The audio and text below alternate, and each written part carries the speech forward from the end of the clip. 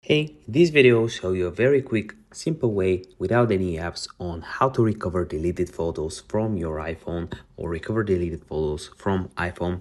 First, hit the like button, then hit the subscribe button. The first thing you can do is go on over to your settings, click on your profile and make sure that iCloud is updated and synchronized.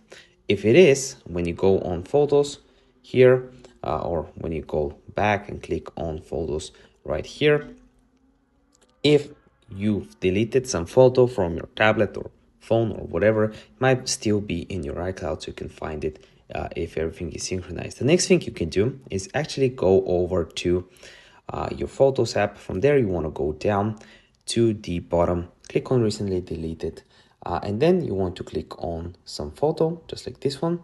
You want to click on the recover button, and that's all you need to do.